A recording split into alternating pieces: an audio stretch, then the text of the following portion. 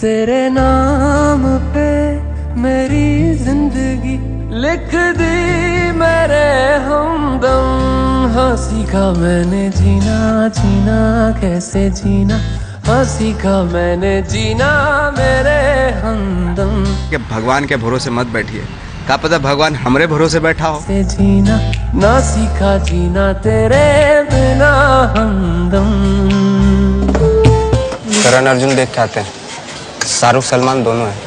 इस फिल्म में नवाज है तो बढ़िया होगी। It's a Nawazuddin film. इस तरह की बातें सुनने को कितने वक्त तक इंतजार करना पड़ा? बहुत सालों तक इंतज़ार करना पड़ा। ऑफ कोर्स आई थिंक 15 साल का इंतज़ार करना पड़ा। बदलापुर जब रिलीज़ हुई नवाज़, हालांकि वरुण ने भी बहुत बढ़िया काम किया है, हुमा है इस फिल्म में, सब ने अच्छा काम किया है, लेकिन शुरुआत अगर तारीफों की की जाए तो नवाज़ से शुरू होती है। पहला रिएक्शन तो खैर जब प्रीमियर हुआ था तभी से ही मिलना शुरू हो गया था, और फाइनल जब फिल्म ऑडियंस में आई तब ज़्यादा वो हुआ। और एक तो फिल्म का पूरा रिएक्शन, जितने भी कैरेक्टर हैं उसमें सबको बहुत अच्छा अप्रिसिएशन मिला। आपसे बात कर रही हूँ, मुझे 2 साल पुरानी वो बात याद आ रही है, जो मैं और आप एम्पायर स्टूडियो में बैठे थे और आपने कहा कि बहुत हो गया अब ये सेकंड लीड, मैं अब काम करूँगा तो मेन लीड ही करूँगा, और वो सपना पूरा हुआ और बाकायदा मतलब मेहनत जो है वो नज़र आती है। तो वो डिटर्मिनेशन कहाँ पर थी, मतलब वो डिटर्मिनेशन कहाँ से आई नवाज़? क्योंकि वो एक्चुअली क्या था, मैंने तो आपको मालूम है कि मैंने बहुत 40 सेकंड से स्टार्ट किया था। 40 सेकंड का रोल था, तो जब बहुत हो गया वो 40 सेकंड, और कैसे तैसे करके 6 साल लगे 2 मिनट तक पहुंचने में। जरा हम भी तो देखें कि हमसे बड़ा शैतान कौन पैदा हो गया। 2 मिनट तक के रोल पहुंचने में 6-7 साल लग गए। तो मैंने 6-7 साल लगे, और थोड़ा सा और बढ़ते हैं आगे, देखते हैं क्या होता है। तो ऐसे बढ़ते बढ़ते काफ़ी साल लग गए। तो फाइनली ये सोच के आया था पीछे तो हटना नहीं, लेकिन अच्छे से ऑनेस्टी के साथ अपने काम करते जाना है। लेट्स सी, देखते हैं क्या होता है। और थैंक गॉड एक टाइम आया जहाँ पे एक्सपेरिमेंट हो रहा था सिनेमा का, तो उसमें हमारे जैसे एक्टर की खपत होने लगी। थैंक गॉड लोग समझने लगे। हाँ फाइनली थैंक गॉड। मतलब हाँ, ये बहुत अच्छी बात है कि लोग मैच्योर हो गए, मैच्योरिटी आ गई। लोग इस तरह की फ़िल्म को भी पसंद कर रहे हैं। बदलापुर बहुत बड़ा एग्जाम्पल है, क्योंकि बहुत हमें डाउट था कि फिल्म आई डोंट नो चलेगी ही नहीं, क्योंकि थोड़ी डार्क मूवी थी, हार्ड मूवी थी, थोड़ी टू अंडरस्टैंड। नवाज़ किस तरह की फिल्में देखते हैं? मैं कहीं इंटरव्यू में पढ़ रही थी कि आप तो सी ग्रेड की फिल्में भी बड़े मस्ती से, चाव से देखा करते थे उस वक्त। मेरी एक्चुअली शुरुआत ही सी ग्रेड की फिल्मों से हुई, और दादा कोड़के की मैंने फिल्में देखी, फिर कांति शाह आ गए, और मैं इन्हीं फिल्मों को करने के लिए आया था एक्चुअली। हाँ, क्योंकि दादा कोड़के की फिल्में देख के मैं बड़ा हुआ, और अनफॉर्चुनेटली हमारे यहाँ मतलब मेरी परवरिश जो इन्हीं फिल्मों से हुई, यही फिल्में देख के बड़ा हुआ मैं।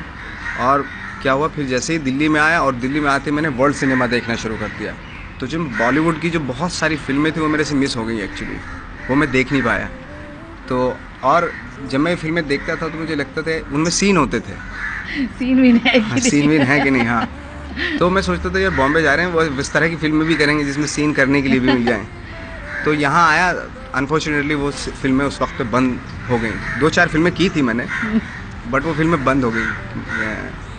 तो फिर टीवी सीरियल में आना पड़ा, टीवी सीरियल में भी काम नहीं मिला। फिर फाइनली चलो जो मेन स्ट्रीम सिनेमा है उसमें छोटे मोटे रोल करते करते जो है ये चीज़ हुई। क्या हो रहा है ये? हाँ, आप यहाँ कौन है बे तू? देखिए, मैं इनसे बात कर रहा हूँ। आउट। लेकिन आप कौन है?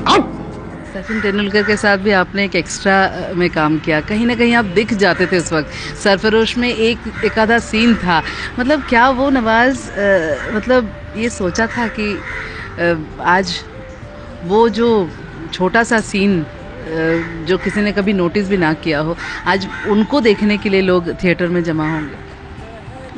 मैं सोचता हूँ, मैंने कभी नहीं सोचा था, और मैंने ये कंप्रोमाइज़ कर लिया था अपने आप से कि मुझे छोटे छोटे जो रोल कर रहा हूँ मैं वही करता रहूँगा, और उसी में मुझे खुश रहना है।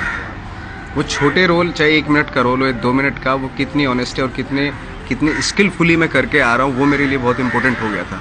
ना कि और मैंने सारे जो ड्रीम थे ये वो सब ख़त्म हो गए थे मेरे, कि छोड़ो अभी यही है हमारे लिए, यही फिल्में हैं, यही सिनेमा है, और यही सब कुछ है, यही करते रहो और इसी में खुश रहो। तो रिजेक्शन जब मिलता था तो मुझे डिसअपॉइंटमेंट नहीं होता था, क्योंकि रिजेक्शन से उसको डर लगता है या डिसअपॉइंटमेंट उसको होता है जिसके ड्रीम्स होते हैं।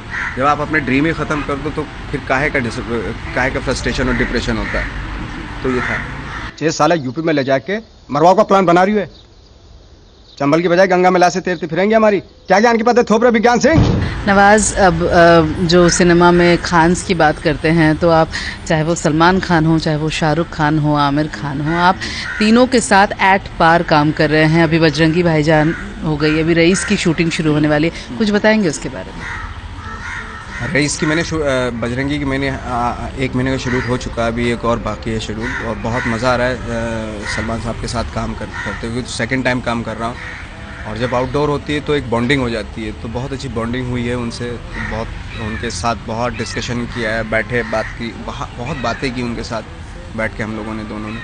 तो बहुत, और मैं मिस कर रहा हूँ सेकंड शेड्यूल अभी कि कैसे जल्दी से, अभी 9th से शुरू हो जाएगा हमारा, 9 अप्रैल से। हम सब किसी न किसी से कुछ ना कुछ तो ज़रूर सीखते हैं, तो सलमान से सीखने वाली क्या बात लगी आपको? मैंने उनसे सीखा कि एक आपके अंदर जो एक बच्चा हो, उस बच्चा होता है ना, वो कभी मरने नहीं देना चाहिए, वो हमेशा ज़िंदा रखना चाहिए। उस आदमी से मैंने ये सीखा है। रईस की शूटिंग का इंतज़ार है आपको? बहुत एक्साइटमेंट है ऑफ कोर्स, क्योंकि मेरे फेवरेट डायरेक्टर हैं राहुल ढोलकिया, और ऑफ कोर्स शाहरुख खान हैं। के साथ कर रहे हैं। और कौन सा ऐसा प्रोजेक्ट है? अनुराग कश्यप के साथ आपने अभी धूमकेतु शूट की है, वो वहाँ पर अलग ही लाइट में नवाज़ दिखेंगे, आप कॉमेडी करते हुए नज़र आएंगे। फुल ऑफ कॉमेडी है, और आई थिंक कॉमेडी में मैं ज़्यादा कंफर्टेबल हूँ as compared to intense acting. तो क्योंकि कॉमेडी जो है मैंने बहुत किया, आई थिंक एक 120 प्लेज किए मैंने कॉमेडी, फुल लेंथ प्ले किए मैंने कॉमेडी के। तो वापस से फिर से वही उसी तरह की कॉमेडी है जैसे हम लोग करते थे, तो बहुत ही कंफर्टेबल फील होता है। तो मैं वेट कर रहा हूँ, देखते हैं कैसे रिसीव करेगी ऑडियंस उसको। बिल्कुल अच्छे से करेगी। और कोई प्रोजेक्ट जो आप you are looking forward to? अभी है एक माउंटेन मैन है केतन मेहता के साथ। हाँ बिल्कुल, तो, वो मतलब हाँ, मांझी के ऊपर, दशरथ मांझी के ऊपर। वो बहुत, आई थिंक मेरी लाइफ का सबसे डिफिकल्ट कैरेक्टर है वो। बायोपिक है। हाँ, बिल्कुल। उनकी कहानी ही इतनी ज़बरदस्त है। आप गए हैं, आप झारखंड गए हैं? हाँ, मैं झारखंड गया, मैं, और उनके गांव में दशरथ नगर भी गया मैं। उनका जो बेटा है उनसे भी मिला, उनकी एक बेटी है।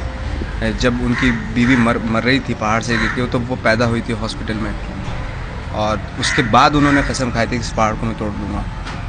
तो वो बेटी भी है अभी उनकी ज़िंदा, तो उनसे भी मिला था, सब लोगों से मिला था। और वो जो पहाड़ उन्होंने तोड़ा था, उसके बीचों बीच जब खड़ा हो जाता था मैं, तो मतलब वो ऐसा लगता था कि जस्ट इम्पॉसिबल काम है ये, और इस आदमी ने ये प्यार है ना, मतलब अपने बीवी के प्यार में कोई पहाड़ तोड़ने की बात। That's why it's a love story.